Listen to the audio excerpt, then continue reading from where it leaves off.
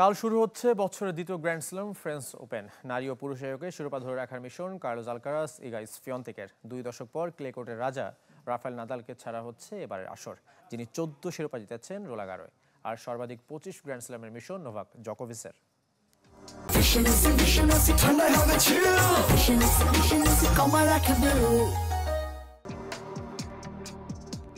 French ওপেনে এবার অপূর্ণতার ছোঁয়া, নেই king of clay Rafael Nadal.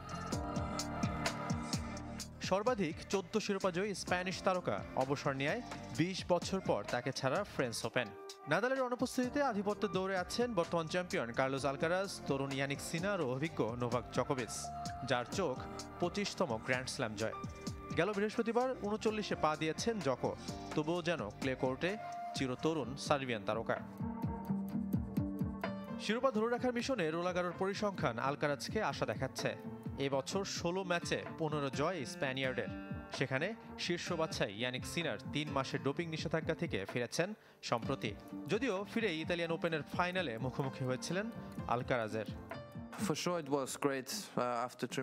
3 মাস পর ফিরে ফাইনাল খেলেছি। শিরোপা জিততে না পারলেও ক্লে কোর্টে ছিল এটা আমার বিগ ম্যাচ।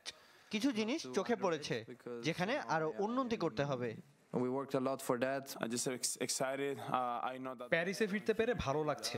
আমাকে গেল বছরের কথা মনে করিয়ে দেয়। সিনারের সাথে আমার ব্যক্তিগত প্রতিদ্বন্দ্বিতা নেই, তবে সমর্থকরা আমাদের লড়াই পছন্দ করে।